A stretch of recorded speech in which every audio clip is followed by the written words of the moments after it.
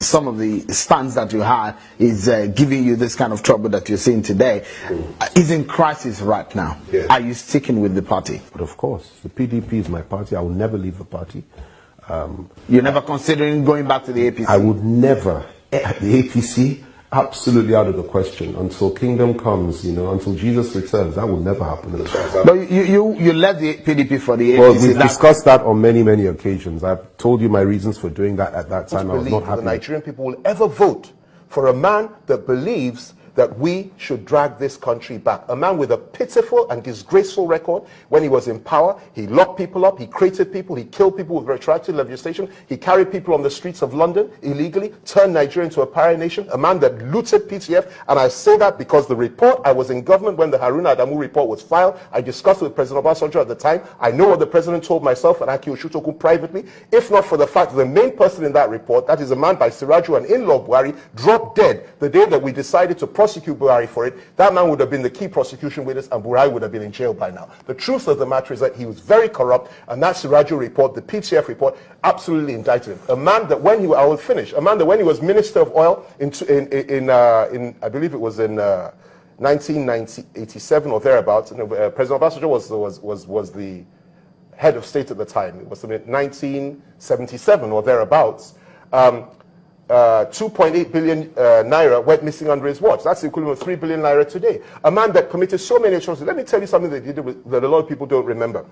This is a man that converted all the currency that we had at that time and told everybody to convert their currency within 1 week, forgetting the fact that most northerners at the time dealt in cash, and most of them kept those the cash in their homes. They lost everything overnight simply because of Buhari's way. A man that sent so many people to jail for hundreds of years without due process, without any credible evidence. A man what about the tribunal that was set up? Listen to me. No lawyer attended the... Let me remind you. There were reports of the tribunal. You may be too young to know this. No. If I was young, I mean, you were not alive when Julius Caesar was alive, but he lived. So that's not a fair...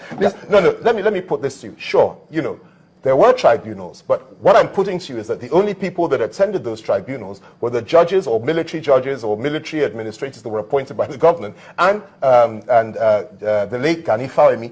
The rest of the legal world boycotted those tribunals because there was no due process. There were no laws administered there. It was just a kangaroo court. There were many people that had been found innocent by the ordinary courts that he now insisted must be jailed at all costs. And this man destroyed the lives of so many people, including the lives of serving governors who were locked up, who after their release died a few months later. Bisi Onabanjo, Adamu Atta, so many of them. Adamu Atta lived for quite some time, but he was never the same person again. So many of them. Ambrose Ali and so many. This is what Buhari did. This is what he stands for. Unfortunately, most people that were 10 years old when Obasanjo came into power in 1999 have no recollection of history. We don't teach history in this country. So people have forgotten. I met Buhari through El Rufai. We interacted 3-4 times. We'll go and meet him. He had a house somewhere else, not here. He lives just around the corner from here now. But he had a house elsewhere. We went there. So, but as time went by, he now started sending for me. So I went there with Nasty. Then one day, they called and said he wanted to see me. I said, okay, I'll go. I met him at the transport. And I got there. He said we should go inside the bedroom. We sat in the bedroom talking. He started talking. He said, he wants to, I know his aspiration, but he has a challenge with trusting people in view of what has happened to him in the past. But that he just wants me to know that he would want me to work closely with him if he manages to win the nomination for his party, and that he likes me, I'm courageous. The Obasanjo said a lot to him about me, that once I'm on board I will fight all the way, and he loves that. Anyway, to cut a long story short, let me tell you why I'm telling you this story. We started talking about the history and about the Igbos. You know what this man said to me? He said, they killed our leaders in the middle of the night, and we can never forget it. That it's a cultural problem. You can't trust them. When he was talking about trust, that's where it came up. I said, sir, they killed not just northern leaders. They killed leaders from every zone. Southwest, where I come from, yes. The Niger, the south, everywhere. Every zone. Not just the north. Not just the north. And he said, no. He said, but we remember. We will never forget. Those words, we will never forget. and we cannot trust them. He said it's a cultural problem. When he said this, it's sunk in. I had never seen that level of racism in any. I mean, I've interacted with quite a few leaders. I've never seen that. This was deep-seated hatred for a whole nation of people. And I left that room thinking to myself, these people have to be stopped. Because if they're not stopped, if they have power, what they will do, first they will deal with the Igbos, then they will come and deal with us. You know, they will deal with everybody. And it's one of the main reasons, apart from the issue of Muslim ticket. That's what I said, no. Not only will I leave them, I will also expose them and fight them. You understand there are some basic, fundamental, core issues that you must never compromise on. It's not about giving Nnamdi Kanu a position of SGF or position of vice president or something like that. Because if you do that, he will serve his term, then we'll be back to square one. Square zero, man. Absolutely. You've got to fight for your people. You've got to fight for your people. And it's a structural, seismic change both in thinking and in approach. And if they say no, then break it. You know, I told you when we were in detention, the truth is I don't even believe in this union anymore. I don't believe in it. I don't believe in Nigeria. I don't believe that the Northwest and the Northeast, you know, as they are now, should be part of us. Because their whole mindset, their whole, you know, view about the world is different to ours.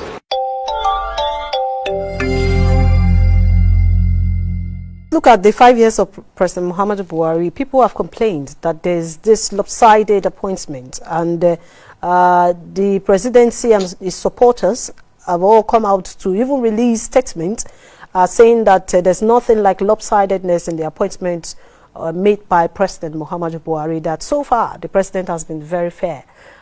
Do you think there is? Well, if I ask you if you think there is lopsided appointment, I'll be asking a statement a lot of person knows that what you will say. But let's take a look at appointment in the last 5 years. Is it anything to go by? You know, let me start by answer this question by saying this. The Nazis that surrounded Hitler and Adolf Hitler when he was in power, anything and everything he did was commended and defended and justified and rationalized by not only himself but all those around him. Even when he was gassing 6 million Jews, gypsies and homosexuals and Slavs and blacks in the gas chambers, they rationalized and they defended it. But facts are sacred, opinion is cheap. And the facts are self-evident and clear for everybody to see. It's not my opinion, these are facts. And let's look at those facts. You talk about lopsidedness or non-lopsidedness. In the first time in our history, in a multiracial, multicultural, multi-religious country, you have a situation whereby every single security agency, and there are 17 of them, every single one of them, except for the Navy, is headed by a northern Muslim. Now, somebody was on your program yesterday and tried to argue that the position of Chief of Defense Staff was held by a Christian from the South, and that counted for something. It doesn't count for anything. It's an administrative position. We're talking about operational command. We're talking about those that control the troops on the ground. We're talking about those that have command over men in the field. Every single one of them in this country, except for the Navy, is in the hands of a northern Muslim. That is unacceptable. It is even dangerous. It doesn't end there. You go to the oil sector. We have the president himself, who is the substantive minister of oil. Then you now have the GMD of NNPC, which is the goose that lays the golden egg. He's a northern Muslim. Both substantive minister, GMD, northern Muslims, and every single subsidiary and sensitive managerial position in NNPC is also headed by a northern Muslim. This is unacceptable. That's the executive, and I could go on more and more about the executive. Virtually every key position in this government has been manned by a northern Muslim. Now, it doesn't stop there, unfortunately. It gets worse. If you go to the legislature, you have a situation whereby for the first time in our history, the legislature, again, is also, not just the executive, but the legislature as well is headed by a northern Muslim. The president of the Senate is a northern Muslim. You go to the federal house, we have a very good man there, a good friend of mine. I've known him for 40 years. He's a southerner, thankfully, and he's doing very well. He's of the Muslim faith, neither here nor there, but at least he's there. Now, you also go outside of the legislature, you go to the judiciary. For the first time in our history again, you have the executive led by a Northern Muslim, all the key positions held by Northern Muslims, the legislature led by a Northern Muslim, National Assembly. You go to the judiciary, again, Supreme Court headed by a Northern Muslim. You now have a Court of Appeal. It was headed by a Northern Muslim. Now you have a Christian that ought to have been confirmed. They refused to confirm him. Let's hope that she will be confirmed. We're all hoping for that. Up until recently, you also had the President of the Federal High Court was also a Northern Muslim. Thankfully, that has changed now. Now, if you look at all this, you have a situation whereby it's clear that there has been a preponderance of appointments to the North and to Muslims by the Buhari administration. There's nothing wrong with having Northerners and Muslims in many places. But the truth of the matter is that in a country like this, we have always practiced the principle of federal character, balancing, and sensitivity. We've always carried other regions along, other faiths along, and balanced everything. That is the nature of our country. President Buhari came in, he tinkered with all that, he has done what he has done, and for anybody to attempt to rationalize or defend it, I think is quite unacceptable. It's actually an insult to our collective intelligence.